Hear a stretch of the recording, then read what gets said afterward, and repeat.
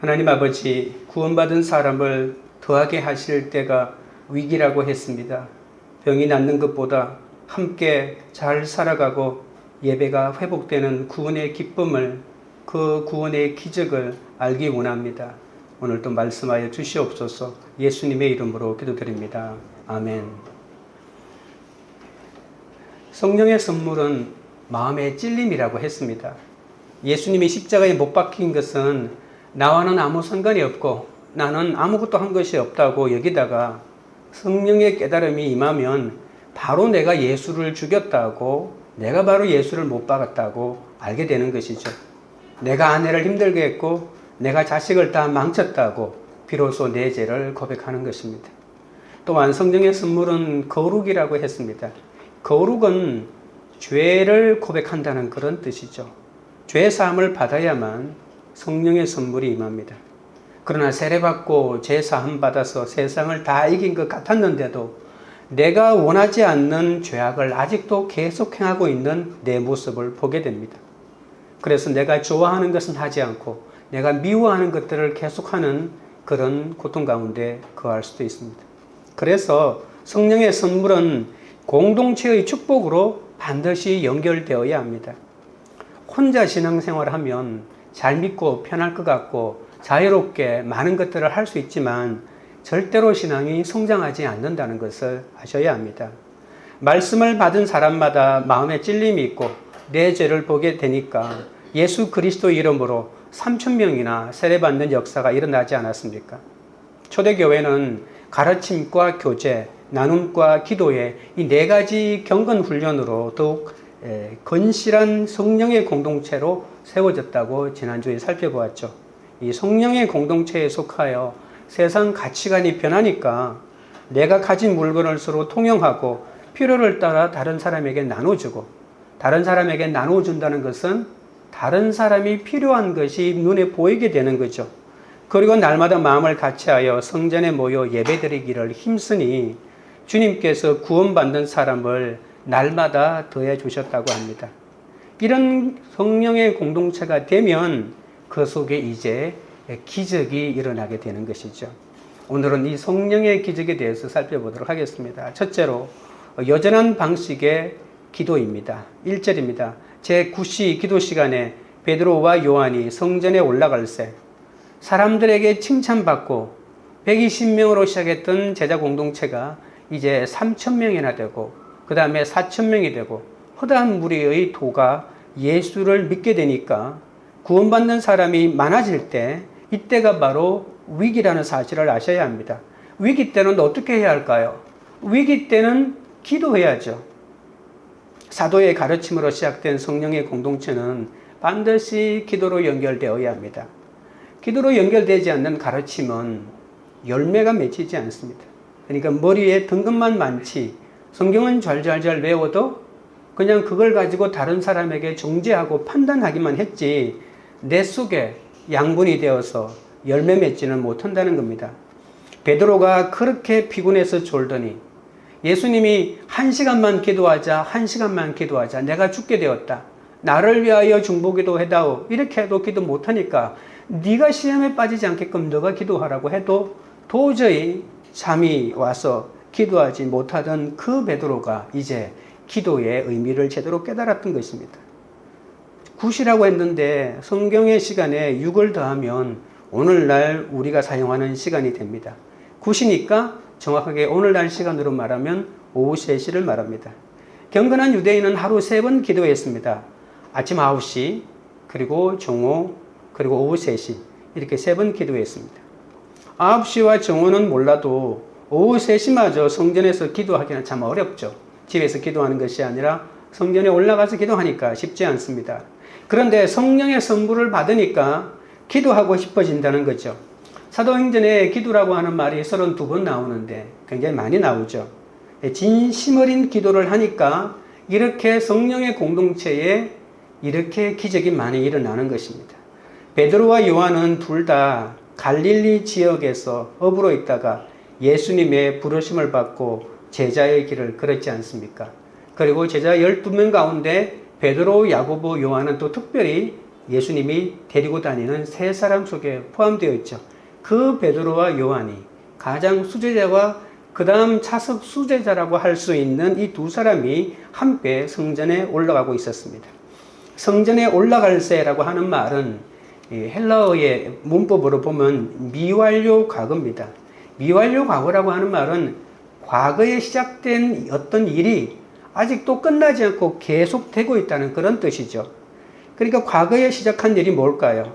성전에 올라가서 기도하는 거죠. 단 한 번만 있었던 일이 아니라는 겁니다. 성전에 올라가는 것이 멈추지 않고 계속해서 기도하러 올라갔다는 거죠. 그때 초대교회는 사람은 많았지만, 그리고 아주 목장, 가정에서 모이는 목장은 잘 세워졌지만 큰 교회당이 없었죠. 큰 교회당이 없었으니까 기도는 성전에 가서 기도했다고 볼 수가 있습니다. 그래서 계속 습관적으로 성전에 가서 기도했다는 것이죠.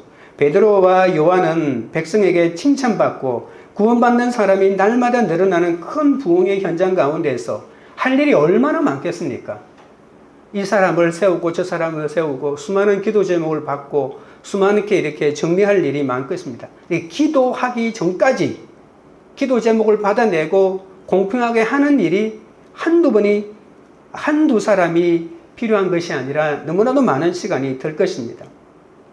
3,000명의 성도를 또한 가르치려면 얼마나 바빴겠습니까? 12명의 사도가 똑같이 가르쳤다고 했잖아요. 하지만 그들은 그 일들에 사로잡히지 않고 먼저 기도하고자 시간을 정해놓고 하던 일을 멈추고 성전에 올라갔습니다. 바쁜 사람이 기도할 수 있는 방법은 시간을 정해놓는 것입니다. 그 시간에는 무조건 시간을 멈추는 것이죠. 그래서 이제 큰 교회 제가 있어 보니까 큰 교회 담임 목사님들은 찾아오는 분들이 많기 때문에 시간을 정해놓지 않으면은 아무 일도 못하는 경우를 제가 참 많이 봤습니다.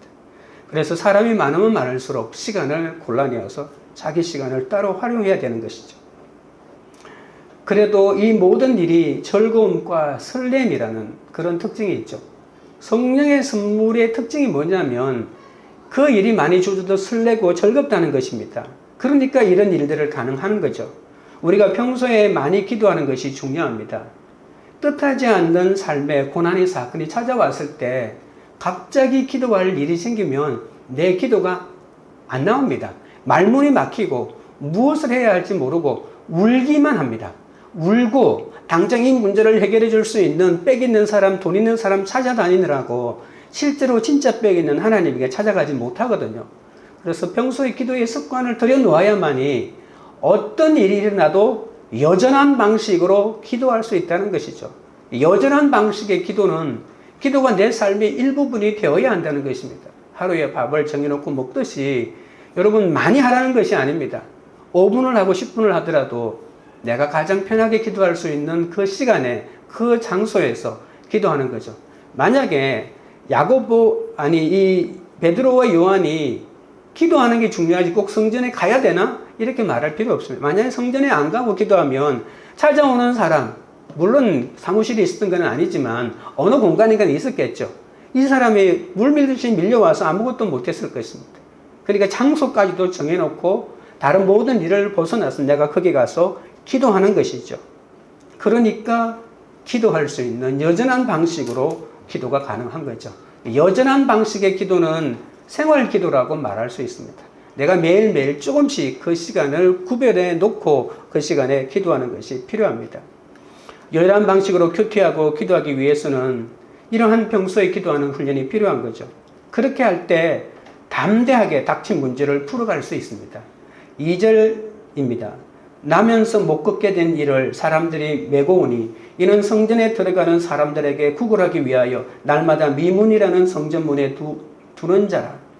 나면서부터 못 걷게 되었다라고 하는 말이 옛날엔 그냥 안전병이라고 했는데 이게 약간 장애인들을 약간 폄하하는 말이라서 못 걷게 되니라고 이렇게 계속 표현할 수밖에 없습니다. 나면서부터 못 걷게 되었다라고 하는 말은 평생 한 번도 걸어본 적이 없다는 그런 뜻이잖아요.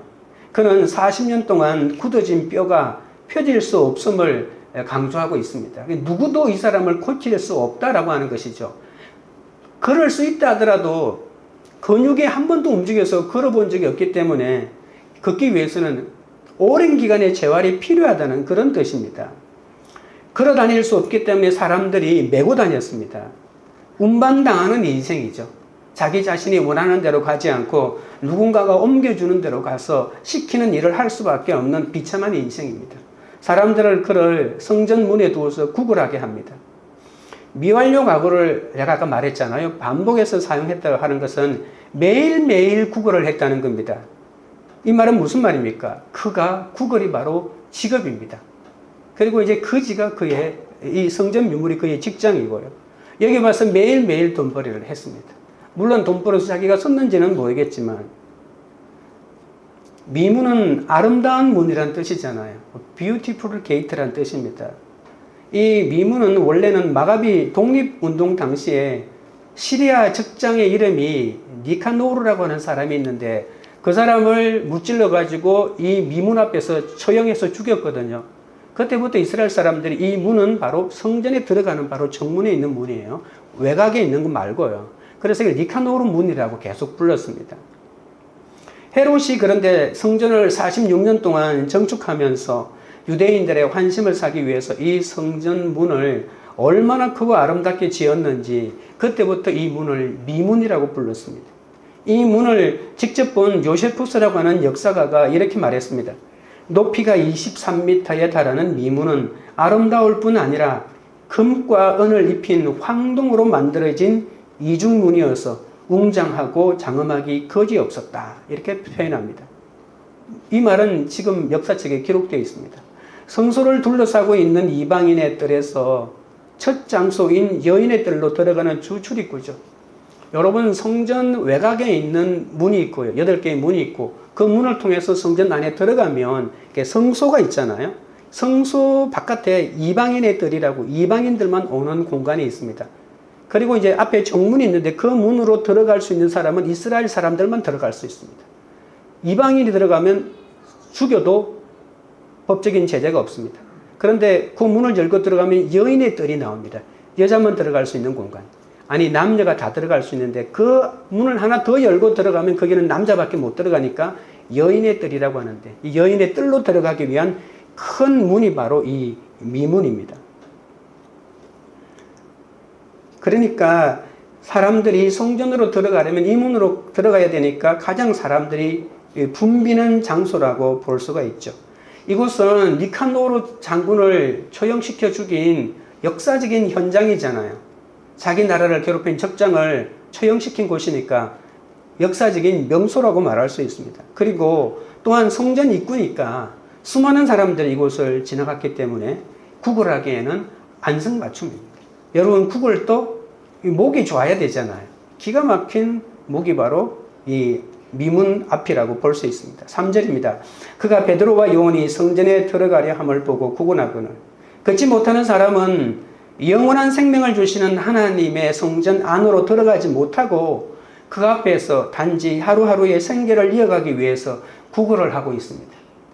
그는 아름다운 성전에 앉아서 구걸하려면 성전을 뒤로 하고 앉아야 되잖아요.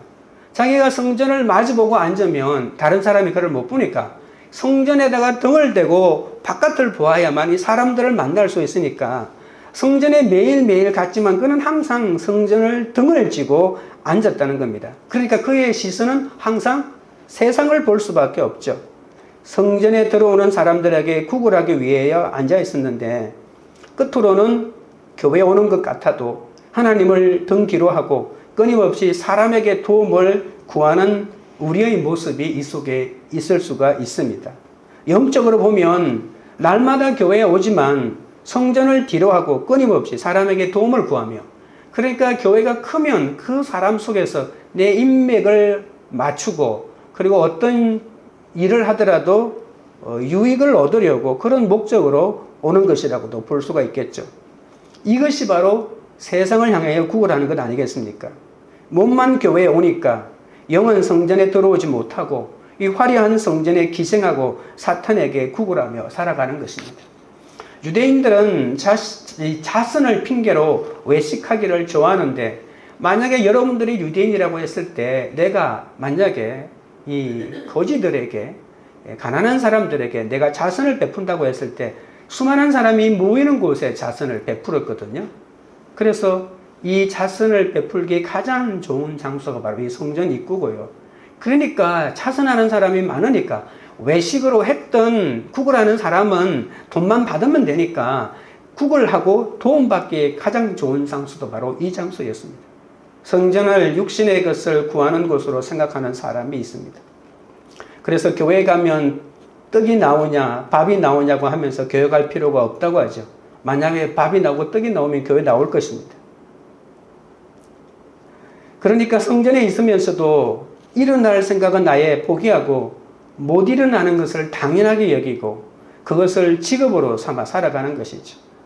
지금 교회에 다니면서도 영적으로 성전을 등지고 살아가는 사람들의 모습이 바로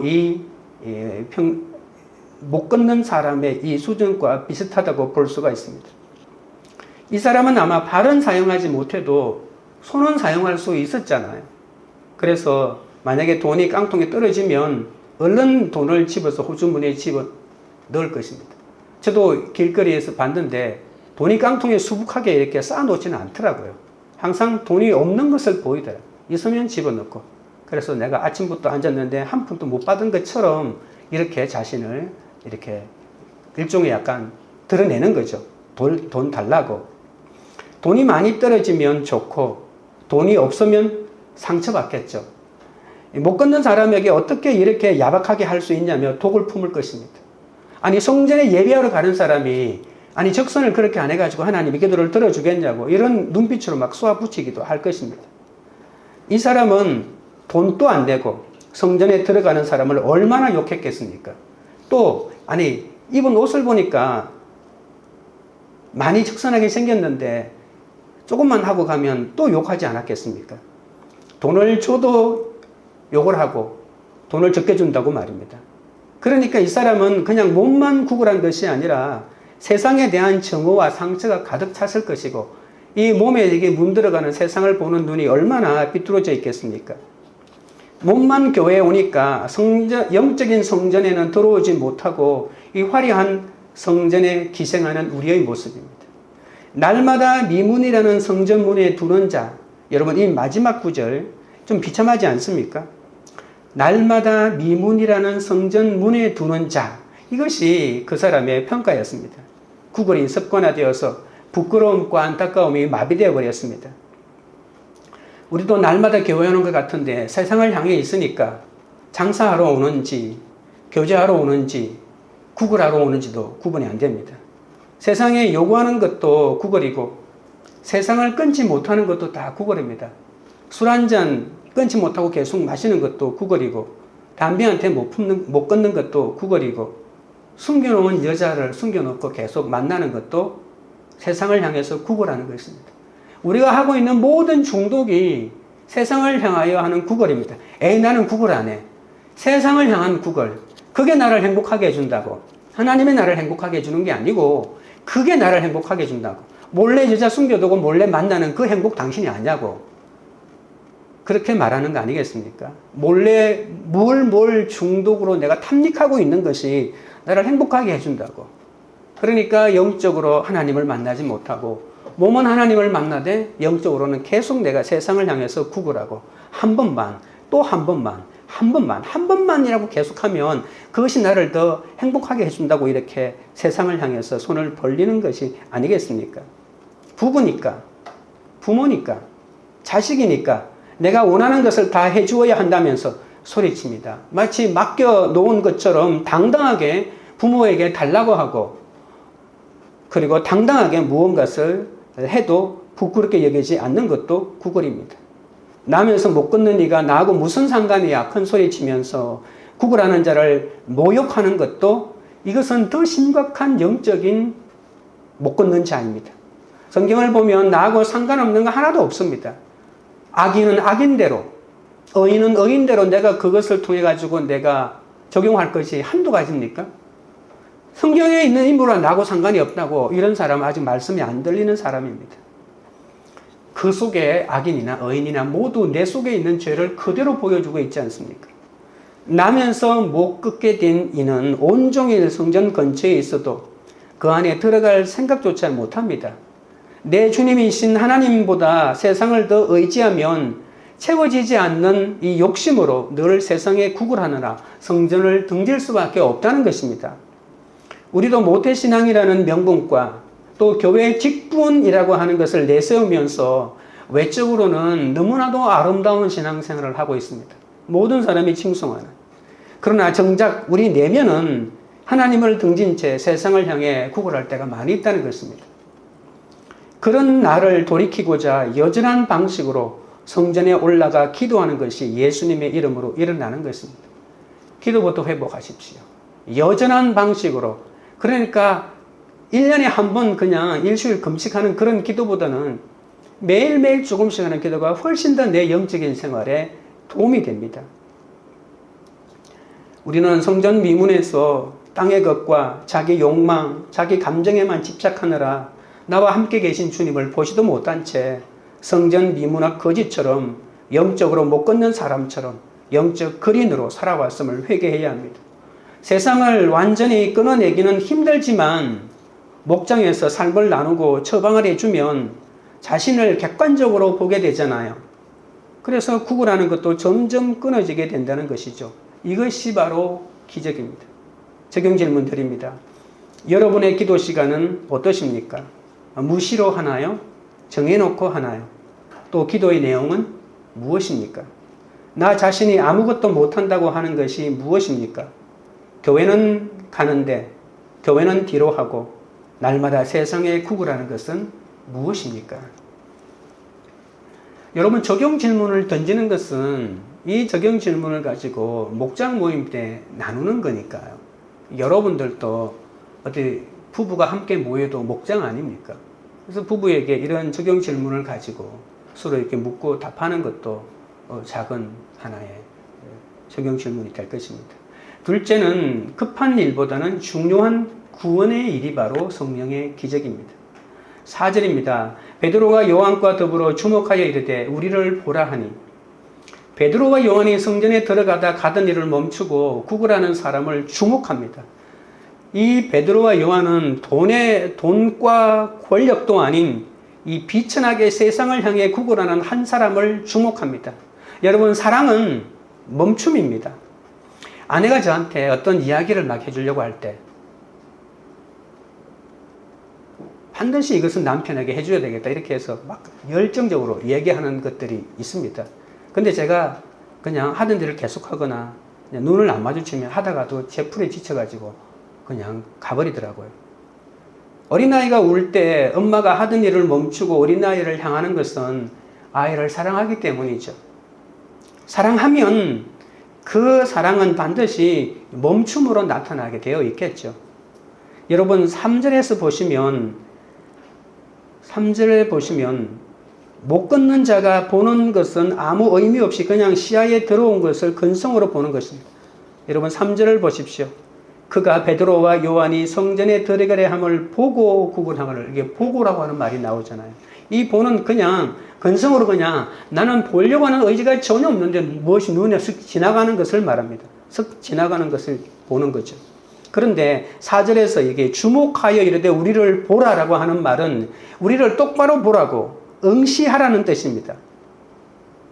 뚫어져라 응시하라는 말이 있잖아요. 헬라 원어가 바로 그런 뜻입니다. 여러분은 무엇에 주목하십니까? 성전 미문 앞자리에 앉아 오랫동안 구걸하면서 사람들의 무관심이 일상이 되었던 그가 베드로와 요한이 놀라운 관심과 애정을 보여주자 너무 놀랍게 반응하죠.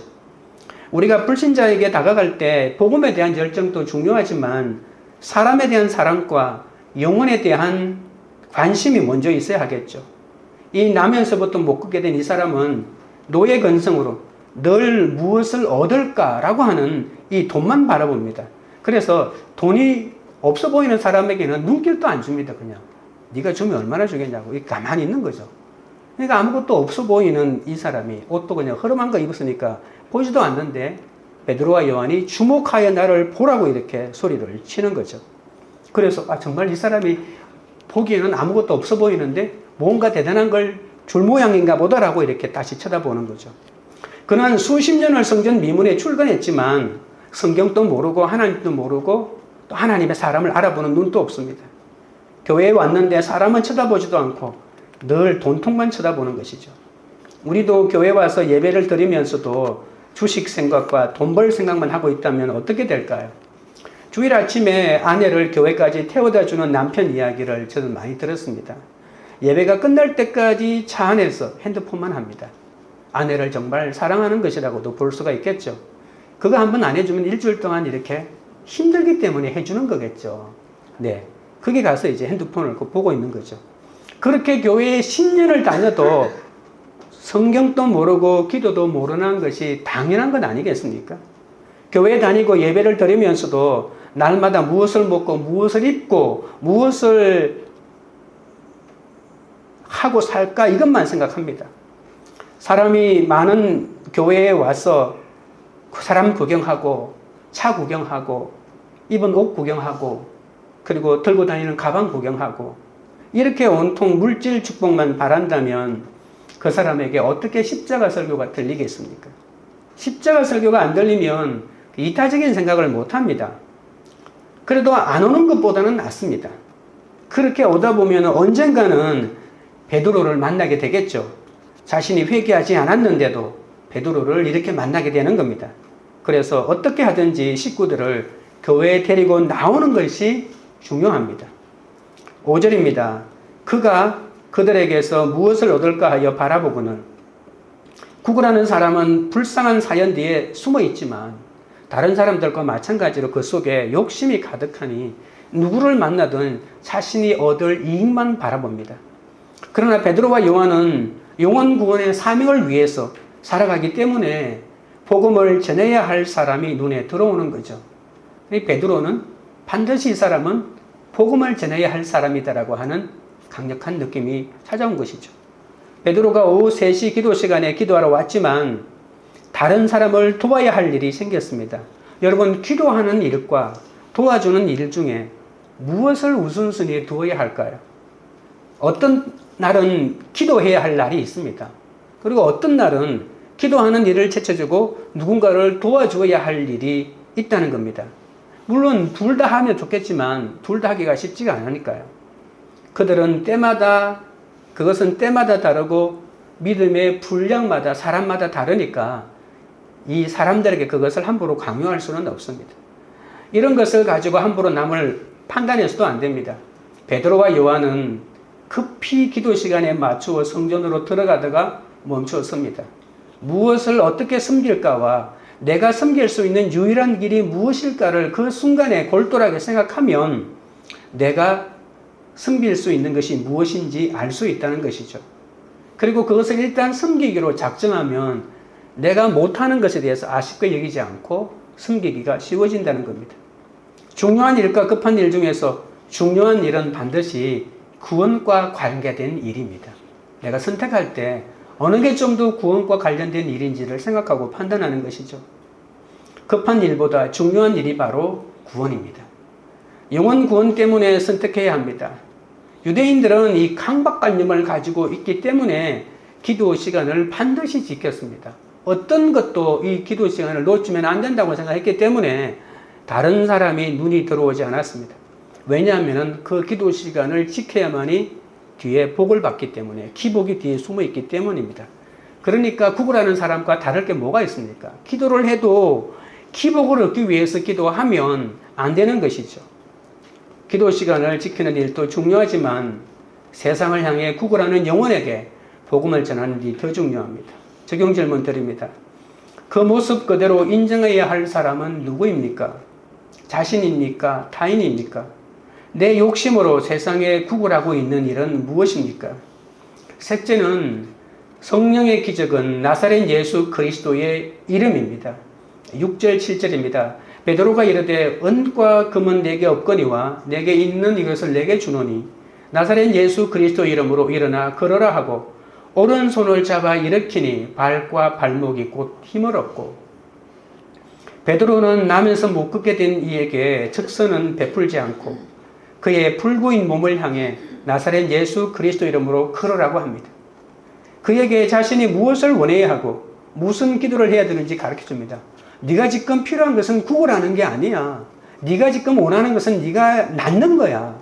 네에게 필요한 것은 바로 돈이 아니라 예수 그리스도야. 이것을 지금 가르쳐 주고 있다는 겁니다. 실제로 약간 설교를 하고 이렇게 선포했는지는 우리가 알 수 없지만 마구잡이로 선포하는 것보다는 너에게 지금 필요한 것이 무엇이라는 것을 정확하게 가르쳐 주는 것도 중요할 것입니다. 베드로는 아무 언금이 없다 하더라도 끊임없이 줄 것만 있는 인생이 무엇인지를 너무나도 잘 보여줍니다. 여러분, 내가 무엇인가 언금이 있어야만 다른 사람에게 줄 것이 있는 인생인 줄 아십니까? 나에게는 예수 그리스도가 있는데 은금이 없다고 해서 주눅 들고 은금이 없다고 해서 아무것도 안 하고 그렇게 하면 어떻게 되겠습니까? 예수 그리스도의 이름만 있어도 구걸하지 않아도 된다는 것을 지금 가르쳐주고 있지 않습니까? 그 예수 그리스도 이름으로 더 큰 것은, 이름보다 더 큰 것은 이 세상에 없습니다. 베드로는 나사렛 이름으로 일어나라고 그의 손을 잡아 일으키자 날 때부터 일어날 수 없던 그의 발과 발목이 즉시 힘을 얻어 회복됩니다. 그런데 왜 하필 나사렛이라고 했을까요? 나사렛이라는 지명은 붙인 것은 사람들이 나사렛을 천하게 여겼지만, 여러분, 우리가 어떤 강사를 소개할 때 그 사람이 학력이 좋으면 꼭 학력을 얘기하고, 뭔가 그 사람이 다른 사람이 부러워하는 뭔가 있으면 그것을 꼭 소개하잖아요. 그 사람이 하는 말의 어떤 내용보다는 그 말이 먹히도록 그 사람이 가지고 있는 스펙이나 이런 것들을 드러내려고 하잖아요. 그런데 하필 이 나사렛이라고 얘기하면 어떻게 됩니까? 그냥 이 구걸하는 이 사람도 나사렛은 들었을 거예요. 나사렛 그 촌뜨기, 그 빈민들 사는 그 사람들 선한 게 뭐가 있다고. 구약 성경에 지명이 한 번도 나오지 않았던 그 나사렛.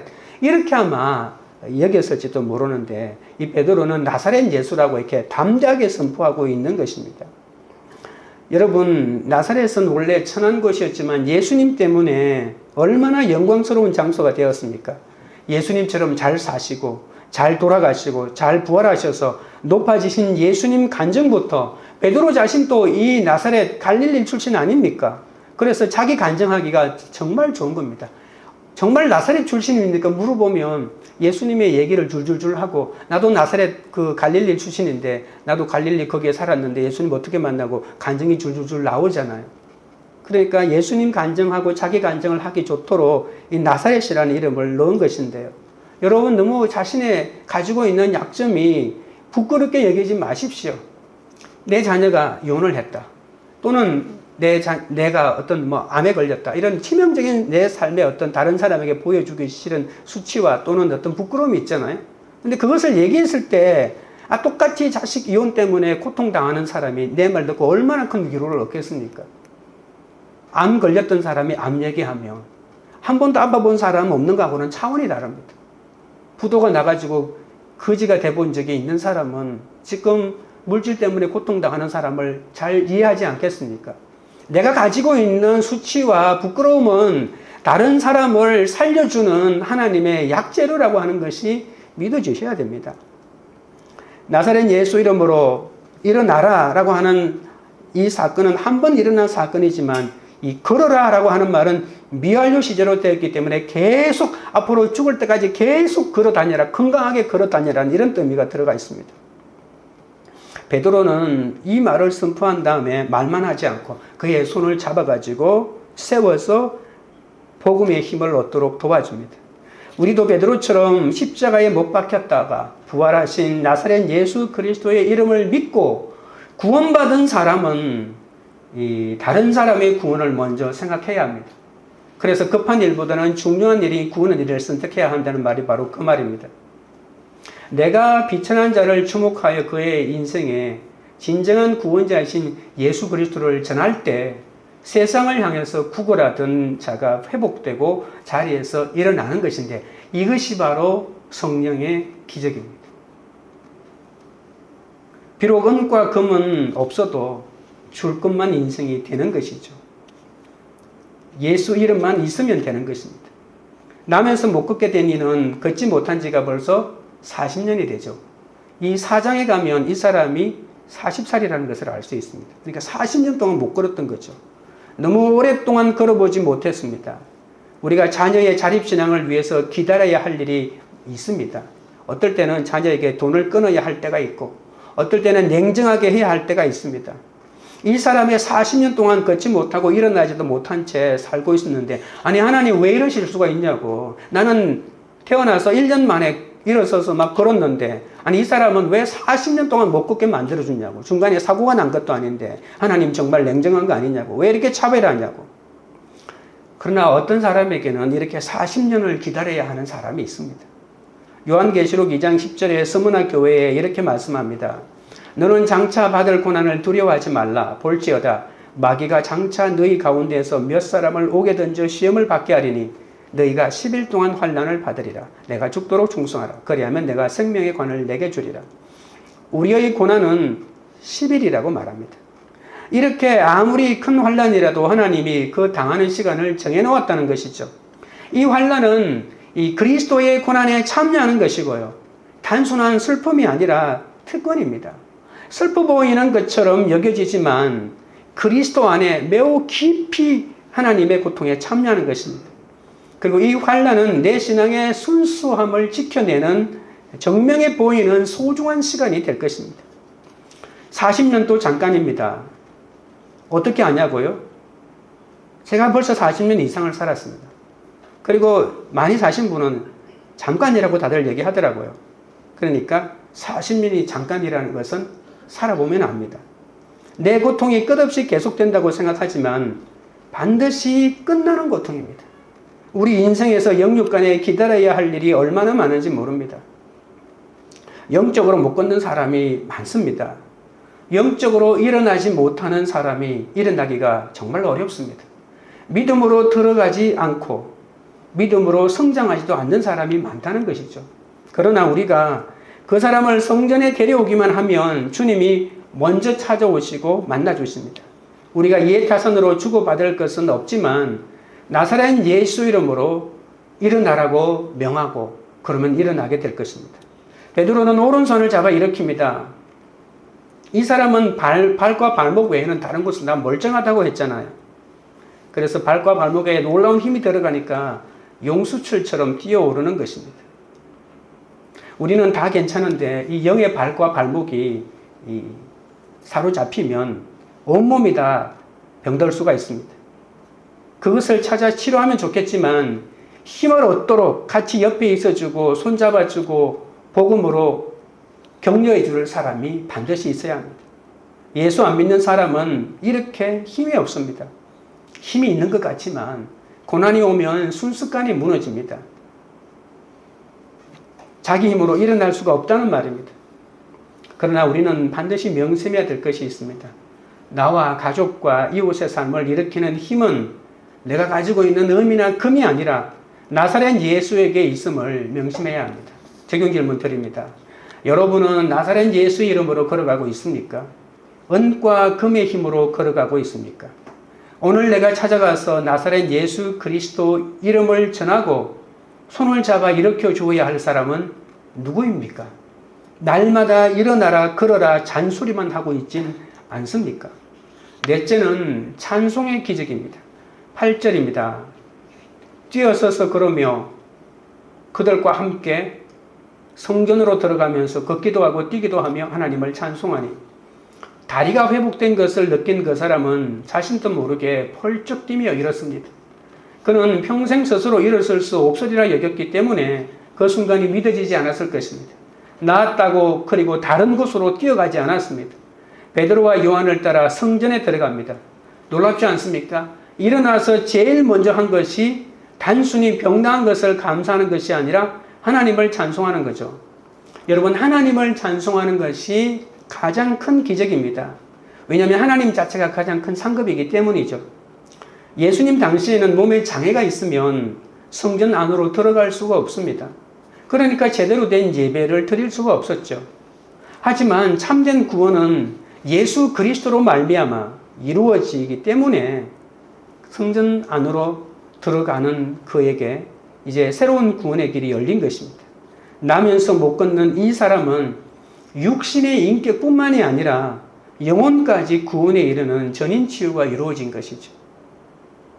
하나님과 상관없이 내가 고침받은 것만 감사하면 이 일은 하나님과 아무 상관이 없습니다. 여러분, 어떤 병낫기를 원하는 사람이 있었는데 그가 고침받고 난 다음에 주일에 예배가 아니라 골프장으로 달려갔다면 하나님이 얼마나 허탈해 하겠습니까? 이혼 위기에 몰린 부부가 있다고 칩시다. 하나님의 은혜로 극적인 화해를 이루었습니다. 근데 두 사람이 서로 화해하고 보니까 마치 처음 연애하는 것처럼 서로 너무 좋아 보이는 거예요. 그래서 그냥 가방 사가지고 해외로 늘 여행을 다니는 거예요. 우리 인생을 이렇게 즐겁게 살자고. 예배고 뭐고 다 필요 없고 그냥 몇 달이고 여행만 다니는 거예요. 그러면 하나님이 어떻게 되겠습니까? 하나님이 다 해주셔서 가정이 합쳐졌는데도 하나님께 나오지 않고 예배가 회복되지 않는다면 무슨 소용이 있겠습니까? 하나님을 찬송해야 제대로 된 감사가 나오고 이것이 성령의 기적입니다. 여러분, 감사가 난줄 아십니까? 감사의 제목이 뭔가에 따라서 그 감사는 하나님과 상관없는 것이 될 수가 있습니다. 공부 잘해서 감사합니다. 뭐 해서 감사합니다. 감사는 좋죠. 뭐 얼마나 좋습니까? 그런데 그 가운데 하나님이 없는 감사는 하나님을 먼저 찬양하고 난 다음에 감사가 나와야 그 진짜 감사가 나오고 그것이 바로 성령의 기적 아닐까요? 나면서 못 걷는 이 사람은 40년 동안 일어나지도 못하다가 주님을 만나게 되고 보니 40년 동안 못 걷게 된 것이 너무 감사한 거예요. 내가 40년 동안 걸었으면 온 천지 사방으로 돌아다니면서 죄를 지었을 텐데 그래도 어떻게 되었던지 간에 못 걸으니까 그래도 성전에 앉아 있으니까 그가 아마 40년 동안 앉아 있었으니까 예수님도 보지 않았을까요? 그래 아마 예수님께서 가서 고쳐주진 않고 아마 나중에 베드로를 보고 고치라고 아마 미뤄준 것일 거예요. 그러니까 이 베드로도 만나게 된 것이고요. 그래서 낫게 해준 것도 감사, 못 걷게 된 것도 감사, 성전 때문에 매일 성전 미문에 매일 데려다준 이렇게 메고 데려다준 사람에게도 감사한 마음이 생기지 않았을까요? 이것이 진정한 찬송입니다. 내가 예수께 만나게 해준 모든 상황과 사람에게 감사해야 됩니다. 아버지가 평생 나를 힘들게 했다고, 나에게 폭력을 쓰고 힘들게 했다고. 그래서 내가 육신의 아버지를 내가 믿었다가 내 인생이 끝장나니까 그래서 하나님을 만나게 됐다면 그 아버지가 예수 믿게 한 공로자 아닙니까? 남편이 바람 피우고 힘들게 했기 때문에 하나님은 의지하고 하나님을 만나게 되었고, 그리고 자식이 아내가 힘들게 해서 내가 예수를 제대로 만나고 믿게 된다면 그 사람이 은인이요 공로자입니다. 그러니 어찌 그 환경과 그 사람에 대해서 하나님께 찬양하지 않을 수가 있겠습니까? 이 하나님에 대한 찬양이 없으면 세상 기복으로 감사할 수밖에 없는 것입니다. 평생 성전을 등지고 구걸하다가 이제 성전으로 들어가는 거죠. 이제 성전을 향하여 그가 걸어가는 겁니다. 구걸하는 사람은 부끄러워서 힘든 것이 아니라고 했잖아요. 돈 안 주고 성전으로 들어가고 나오는 사람을 판단하고 욕하고 상처를 얼마나 많이 받았겠습니까? 이제 그 원망과 상처도 눈 녹듯이 사라집니다. 죄책감도 사라지고 열등감도 이겨내고 하나님을 또한 원망하지 않게 되는 거죠. 원문에 보시면 성전으로 들어가면서가 주동사고요. 걷기도 하고 뛰기도 하고 하나님을 찬송하다는 분사로 되어 있습니다. 주동사가 더 중요한 것이죠. 성전에 들어가는 것이 더 중요합니다. 걷기하고 뛰는 것은 다 성전에 들어가기 위해 하나님을 만나고 예배드리기 위한 부수적으로 일어난 것입니다. 걷고 뛰고 찬송하는 것이 중요한 것이 아니라는 것이 아닙니다. 그러나 성전에 들어가서 하나님을 예배하는 것이 더 중요하다는 것입니다. 부부가 회복되는 것보다 더 중요한 게 뭐겠습니까? 부부가 함께 성전에 들어가 예배가 회복되는 것 아니겠습니까? 하나님을 찬송하는 것이 최종 목적입니다. 여러분, 하나님은 내가 원하는 것들 아무리 다 이루고 내가 세상의 높은 곳에 올라간다 할지라도 최종 목적인 예배가 회복되지 않는 것은 아직도 성전을 등지고 앉아 구걸하는 것에 불과한 것입니다. 내가 정말 행복하게 여기는 거 그거 구걸하는 것이거든요. 거기 이 땅에 내가 잠깐 있을 때만 나한테 의미가 있습니다. 하나님을 찬송하지 않으면 교회 와도 불평불만밖에 없습니다. 예수 믿어도 이건 이렇게 틀렸고 저건 저렇게 틀렸다고만 합니다. 우리는 세상에 은금을 제공하는 자가 아닙니다. 복음을 선포하는 자입니다. 그 복음이 있어야 내가 현재 고난의 이유를 알게 됩니다. 구제도 중요하지만 구제는 정부도 하고 다른 국제기관에서도 하지 않습니까? 교회는 누구도 따라할 수 없는 복음 자체가 선포되고 함께 죽는 참된 예배가 필요합니다. 금과 은이 없어도 나사렛 예수 이름으로 살아가는 것이 생명 있는 교회의 모습 아닙니까? 이런 복음을 선포하지 않고 구제만 한다면 자기 의가 하늘을 찌를 것입니다. 마지막 9절 10절입니다. 모든 백성이 그 걷는 것과 하나님을 찬송함을 보고 그가 본래 성전 미문에 앉아 구걸하던 사람인 줄 알고 그에게 일어난 일로 인하여 심히 놀랍게 여기며 놀라니라. 이 사람은 날 때부터 모든 것을 다 할 줄 아는 사람. 이 사람은 날 때부터 모든 것을 할 줄 알기는커녕 아무것도 할 줄 모르는 사람이었죠. 그런데 일어나고 보니 내가 이때까지 할 줄 아는 것은 구걸하는 것밖에 없잖아요. 여러분, 구걸하려면 부끄러움이 없어야 되잖아요. 제가 제 시골 마을에 살 때 우리 집 뒷집에 큰 고물상을 하는 분이 있습니다. 그래서 이분이 처음에 자기가 고물에 발을 더뎌 놓을 때 여러분 엿장수 아시죠? 엿장수를 했다고 하더라고요. 여러분 엿장수에 가위 이렇게 치죠. 치면 몰려오는데 이거 아무나 못 칩니다. 이거 칠 때 눈만 빼꼼히 내놓고 온 얼굴을 다 감쌌다고 하더라고요. 자기를 모르는 사람 앞에서 이렇게 치는 게 얼마나 부끄러운지. 여러분 한번 쳐보셨나요? 사람이 부끄러움이라는 게 자기 아는 사람이 오면 그 사람이 자기를 몰라보는데도 얼마나 그냥 죽고 싶었다고 그렇게 얘기하더라고요. 근데 이것이 1년 치고 2년 치니까 나중에 그냥 고향 마을에 가서도 막 치게 되는 거죠. 예, 사람은 이러한 자기가 부끄러움이라고 하는 게 있기 때문에 이 구걸하는 것도 기술이 필요한 거죠. 불쌍하게 여기고요. 안 주고는 못 빼기도록 이렇게 표정을 지어야 되지 않습니까? 그런데 이 사람이 이제 구걸을 할 게 없습니다. 자기 할 줄 아는 게 그거밖에 없었는데 하루아침에 직업이 없어졌습니다. 이 사람은 일어나 걷게 된 것이 너무 좋지만 이제 무엇을 먹고 살지? 이제 뭐하고 살지? 이런 생각이 하지 않았을까요? 그러니까 이제는 새로운 일자리가 이 사람한테 있어야 합니다.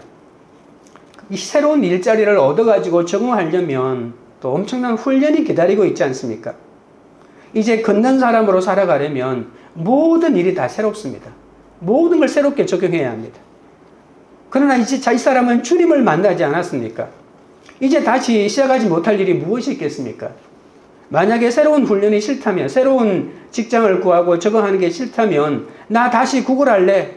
미문에 다시 앉아서 못 걷는 사람 행세를 하면 어떻게 되겠습니까?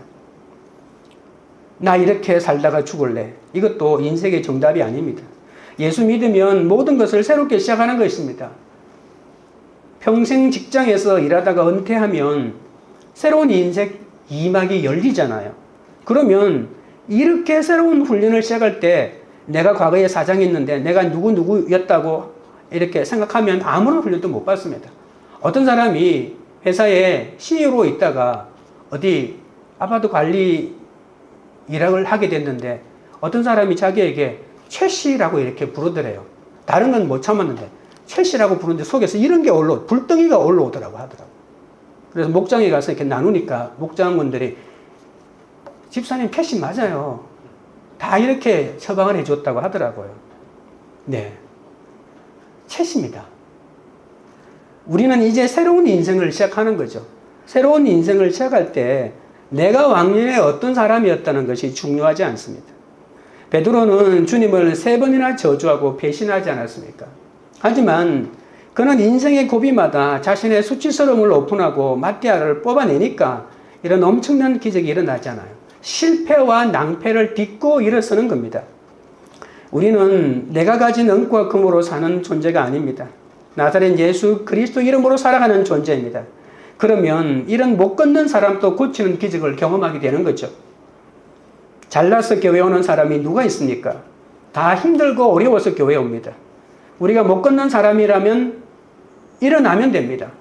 그리고 우리가 베드로라면 못 걷는 사람을 살려내면 됩니다. 구구라는 그가 성전으로 들어가서 하나님을 찬송하니 베드로와 요한은 함께 기뻐하고 이 모습을 본 백성들도 심히 놀랍니다.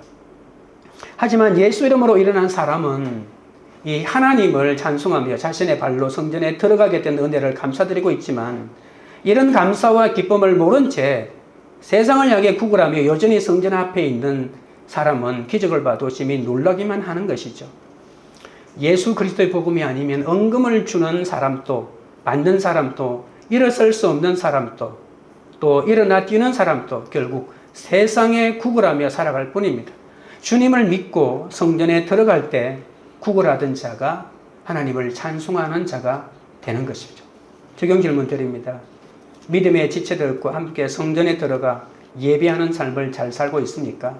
하나님만이 내 삶의 상급이심을 얼마나 확신합니까? 말씀을 맺겠습니다. 성령의 기적은 여전한 방식으로 기도하는 겁니다. 칭찬받고 큰 부흥의 현장에서 너무나도 바쁘지만 그 일에 사로잡히지 않고 기도해야 합니다. 그리고 성령의 기적은 급한 일보다 중요한 구원의 일입니다. 급한 일이 얼마나 많습니까? 하지만 세상을 향해 구걸하는 영혼에게 복음을 전하는 일이 더 중요합니다. 그리고 성령의 기적은 내게 있는 나사렛 예수의 이름입니다. 나와 가족과 이웃의 삶을 일으키는 힘은 은과 금이 아닌 나사렛 예수에게 있습니다. 그리고 성령의 기적은 찬송의 기적입니다. 우리가 어떤 일을 해도 예배가 회복되고 하나님을 찬송하는 것이 기적 중에 기적입니다. 우리 다 같이 찬양 드리고 기도하겠습니다.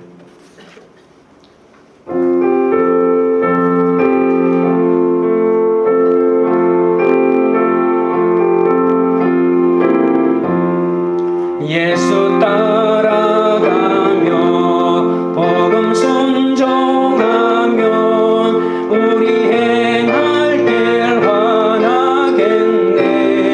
주를 의지하며 순종하는 자를 주가 늘 함께 하시리라. 의지하고 순종하는 길은 예수 안에 즐겁고 복된 길이로다. 해를 당하거나 우리 고생할 때 주가 위로해 주시겠네. 주를 의지하며 순종하는 자를 주가 안위해 주시리라.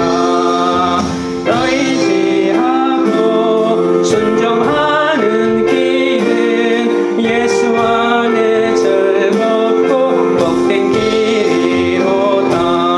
남의 짐을 지고 슬픔 위로하며 주가 상급을 주시겠네. 주를 의지하며 순종하는 자를 항상 복내어 주시리라. 의지하고 순종하는 길은 예수 안에 즐겁고 복된 길이로다. 우리 받은 것을 주께 다 드리면 우리 기쁨이 넘치겠네. 주를 의지하며 순종하는 자를 풍성케 하시리라. 의지하고 순종하는 길은 예수 안에 즐겁고 복된 길이로다. 주를 힘입어서 말씀 잘 배우고 주를 모시고 살아가세. 지하며 항상 순종하며 주가 사랑해 주시리라. 의지하고 순종하는 길은 예수 안에 즐겁고 복된 길이로다. 우리가 기도하실 때 우리의 기도 시간과 기도 내용이 일관성 있게 해달라고 기도하겠습니다. 교회를 등지고 내 욕심으로 세상에 구걸하지 않게 해달라고 기도하고 내 모습, 남의 모습 있는 그대로 인정하게 해달라고 기도하시고 구원의 시각으로 중요한 일을 분별하게 해달라고 기도하겠습니다. 은과 금의 힘으로 걸어가지 않고 나사렛 예수 그리스도 이름으로 일어나 걷게 해달라고 기도하겠습니다. 오늘 내가 찾아가서 나사렛 예수 그리스도의 이름을 전하고 손을 잡아 일으켜 주어야 할 사람을 찾게 해달라고 기도하겠습니다. 믿음의 지체들과 함께 성전에 들어가 예비하는 삶을 잘 살고 하나님만이 내 삶의 상급이심을 확신하게 해달라고 다 같이 주여 세 번 부른 다음에 기도하겠습니다. 주여 주여 주여. 하나님 우리 아버지여, 우리의 기도 시간과 기도 내용이 아버지 하나님이시여 정해놓은 장소에서 일관성 있게 할 수 있도록 하나님 은혜를 더하여 주시옵소서. 교회를 등지고 내 욕심으로 세상에 구걸하지 않게 하여 주시고 내 모습 남의 모습을 있는 그대로 인정하게 하여 주시옵소서. 구원의 시각으로 중요한 일을 분별하게 하여 주시옵소서. 은과 금이 아버지는 힘으로 걸어가지 않고 나사렛 예수 그리스도 이름으로 걸어가게 하여 주시옵소서. 오늘 내가 찾아가서 나사렛 예수 그리스도 이름을 전하고 손을 잡아 일으켜 주어야 할 사람을 찾게 하여 주옵소서. 믿음의 지체들과 함께 성전에 들어가 예배하는 삶을 잘 살고 하나님만이 내 삶의 상급이심을 확신할 수 있도록 은혜를 더하여 주시옵소서. 하나님 아버지, 나면서 못 걷게 된 이처럼 나도 온종일 성전 근처에 있으면서도 매일매일 성전에 오면서도 그 안에 들어갈 생각을 하지 못했습니다. 그냥 그 땅바닥에 주저앉아 내 열등감의 한계에 갇히고 내 주님보다 세상을 더 의지하면서 채워지지 않는 욕망으로 나의 상처를 내품으면서 가족과 지체들에게 상처만 주면서 살았사오니 주여 용서하여 주시옵소서. 내가 무엇인가 이루었다고 여길 때가 위기고 기도할 때임을 알게 하여 주옵소서. 이제 세상을 향한 구걸의 손길을 멈추게 하여 주시고 주님만 의지하기를 원합니다. 그러기 위해서 여전한 방식으로 기도하고 아버지 하나님이시여 주님 앞에 나아가야 되는데 이것이 얼마나 힘든지 모릅니다. 고난의 때에도 승리의 때에도 한결같이 기도에 힘쓰는 사람이 되게 하여 주옵소서. 베드로가 미문에 앉아있는 그 한 사람을 주목한 것처럼 나도 주님의 도움이 절실한 필요한 한 사람에게 주목하여 은과 금은 내게 없지만 예수 그리스도 이름으로 걸으라고 선포할 수 있는 확신을 주시고 내게 일어나는 기적이 복음을 전하는 도구로 사용받게 하여 주옵소서. 세상 기복의 가치에 속아 세상을 향해 구걸하고 있는 우리가 이제 나사렛 예수 이름으로 일어서게 하여 주시옵소서. 주님이 필요한 가족과 이웃을 구원의 눈으로 바라보고 그들에게 나사렛 예수 그리스도 이름을 전하게 하여 주옵소서. 40년을 절망으로 살았다 하더라도 발과 발목에 힘을 얻어서 살아난 그 한 사람과 모든 믿음의 지체들이 함께 성전에 올라가 하나님을 찬송하는 삶을 살기 원합니다. 십자가의 길이 너무 처절해 보여서 나면서 못 걷게 된 이처럼 성전 미문에 앉아 세상을 업무하고 있는 이 일을 멈추게 하여 주시니 감사드립니다. 이렇게 세상의 은과 금을 구하던 우리가 예수의 이름으로 일어나는 은혜를 구하오니 얼마나 감격스럽습니까? 하나님만을 상급으로 여기고 영원토록 주님만을 찬송하도록 도와주옵소서. 광교 우리들 교회가 영적 육적으로 걷지 못하는 자를 주목하며 하나님 자체를 찬송하고 선포하는 성령의 공동체가 되게 하여 주옵소서. 각자 급한 일과 중요한 일의 우선순위를 분별하고 기도와 섬김으로 예수 그리스도 이름으로 걸어가는 공동체가 되게 하여 주시옵소서. 발과 발목에 힘을 얻어 성전에 들어가는 지체를 보고 놀라움만 하지 말고 그와 함께 성전에 들어가 기도하고 말씀을 들으며 주를 찬송하고 복음을 전하는 그런 공동체가 되게 하여 주시옵소서. 예수님의 이름으로 기도드립니다. 아멘.